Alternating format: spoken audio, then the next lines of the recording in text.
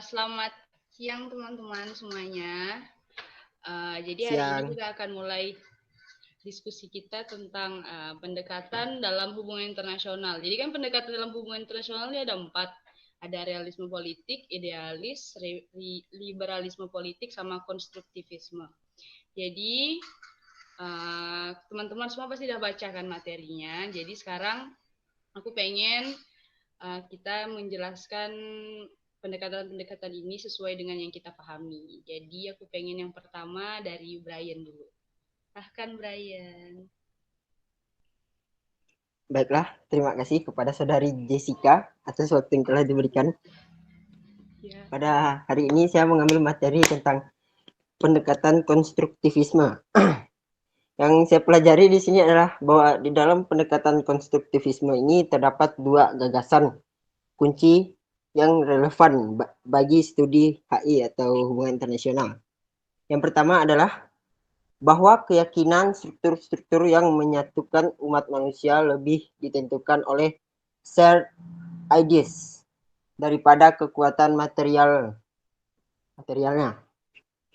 Yang kedua adalah kepercayaan bahwa identitas dan kepentingan aktor-aktor lebih ditentukan oleh shared ideas daripada faktor-faktor alam.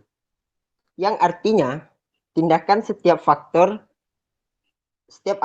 tidak semata-mata ditentukan oleh motif, alasan, dan kepentingan mereka pribadi, akan tetapi lebih ke arah oleh interaksi antar individu dalam lingkungan di sekitarnya. Konstruktivisme digunakan untuk menjelaskan realita hubungan internasional yang sejatinya mereka anggap sebagai share of ideas dari para pelaku dalam ranah empiris dunia ini. Aktor-aktor dalam memilih tindakannya tidak dipengaruhi oleh kepentingan mereka pribadi, namun oleh gagasan yang mereka bangun sendiri. Karena sejatinya kepentingan pun bila diuntut ke belakang akan sampai pada gagasannya.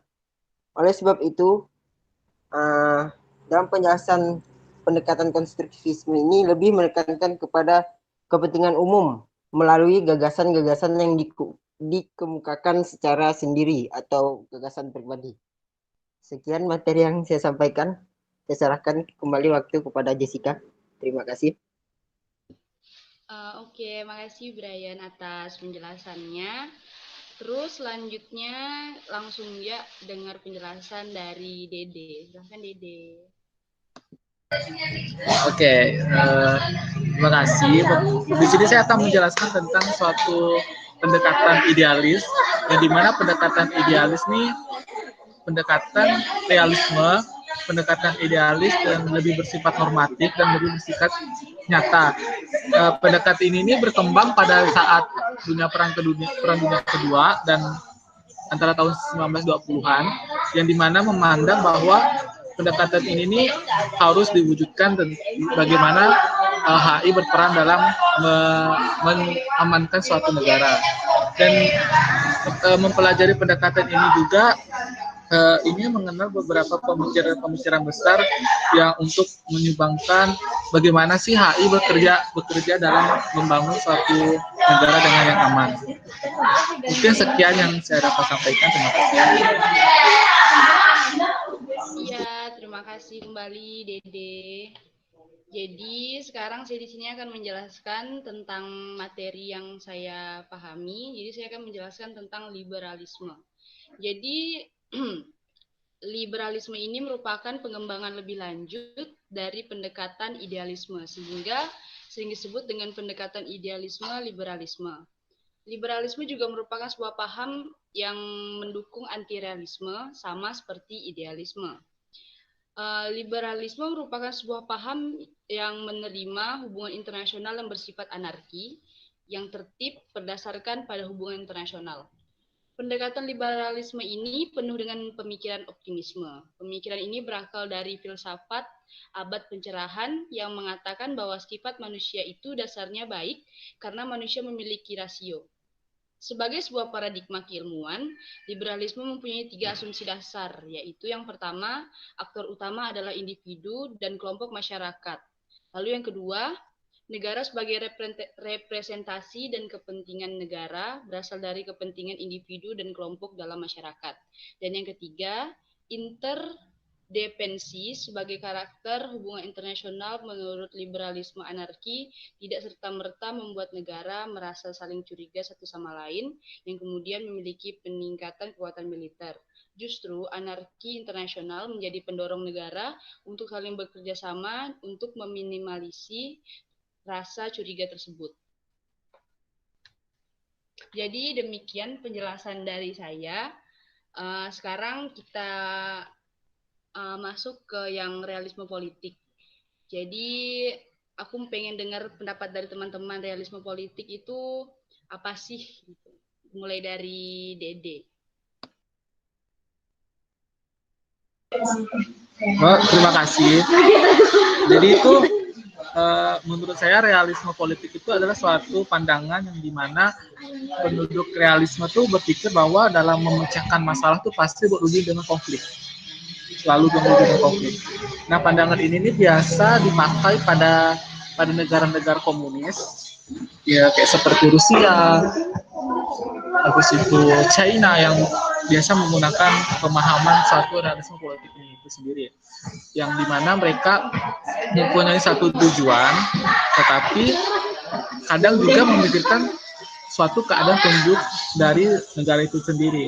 Dan makanya pendekatan HI ini berfokus bagaimana sih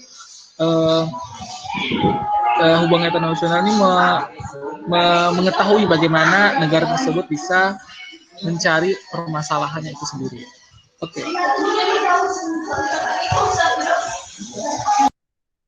Terima kasih Dede. Jadi sekarang saya akan menjelaskan di sini ada yang di dalam paham realisme politik ini itu ada sub ada sub pendekatannya yang dinamakan neorealisme. Jadi neorealisme ini merupakan sebuah transformasi baru dari realisme klasik. Dan neorealisme mengasumsikan sistem internasional yang anarki dan memberikan pengaruh terhadap perilaku negara. Nah, jadi pada dasarnya substansi pemikiran kaum realis masih menjadi dasar dalam pemikiran realisme baru atau neorealisme ini. Perbedaannya dengan realisme klasik adalah pendekatan dari dua paham realisme sebelum neorealis adalah pendekatan yang non-sistemik. Pendekatan sistemik yang dimaksud adalah yang dipersalahkan atas segala chaos yang terjadi di dunia internasional adalah aktor. Demikian penjelasan dari saya. Saya ingin mendengar penjelasan dari Brian sekarang.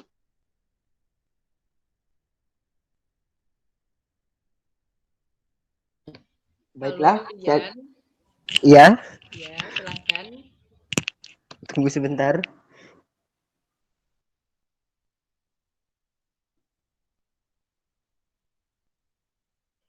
Saya akan menjelaskan tentang realisme klasik. Di sini pada materi realisme klasik dibagi ke dalam beberapa bagian menurut beberapa sejarawan yang mengemukakan pendapatnya. Yang pertama adalah Thucydides pada tahun 400 sebelum Masehi.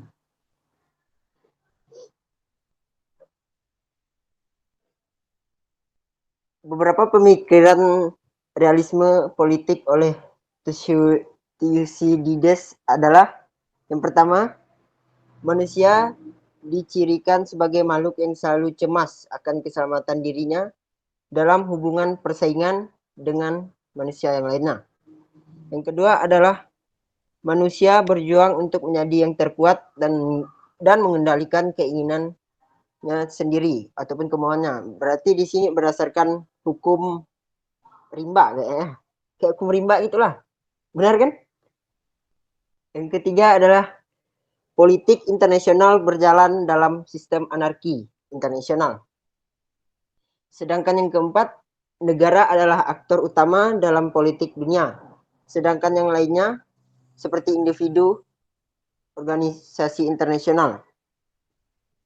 Yang kelima adalah inti terpenting kebijakan luar negeri adalah untuk membentuk dan mempertahankan kepentingan negaranya sendiri dalam politik dunia.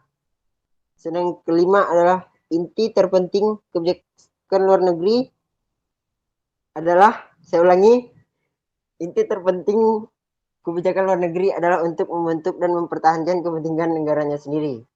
Sekian materi yang dapat saya sampaikan hari ini. Saya kembalikan kepada saudari Jessica. Terima kasih. Ya, terima kasih kembali Brian atas penjelasannya yang impresif. Jadi kayaknya kita sudah sampai di akhir diskusi kita hari ini. Terima kasih semuanya atas partisipasinya, atas penjelasan materinya yang telah diberikan pada siang hari ini. Jadi akhir kata saya ucapkan terima kasih dan maaf apabila terdapat salah kata dalam penyampaian tadi. Ya, terima kasih semuanya ya. Selamat siang. Selamat siang.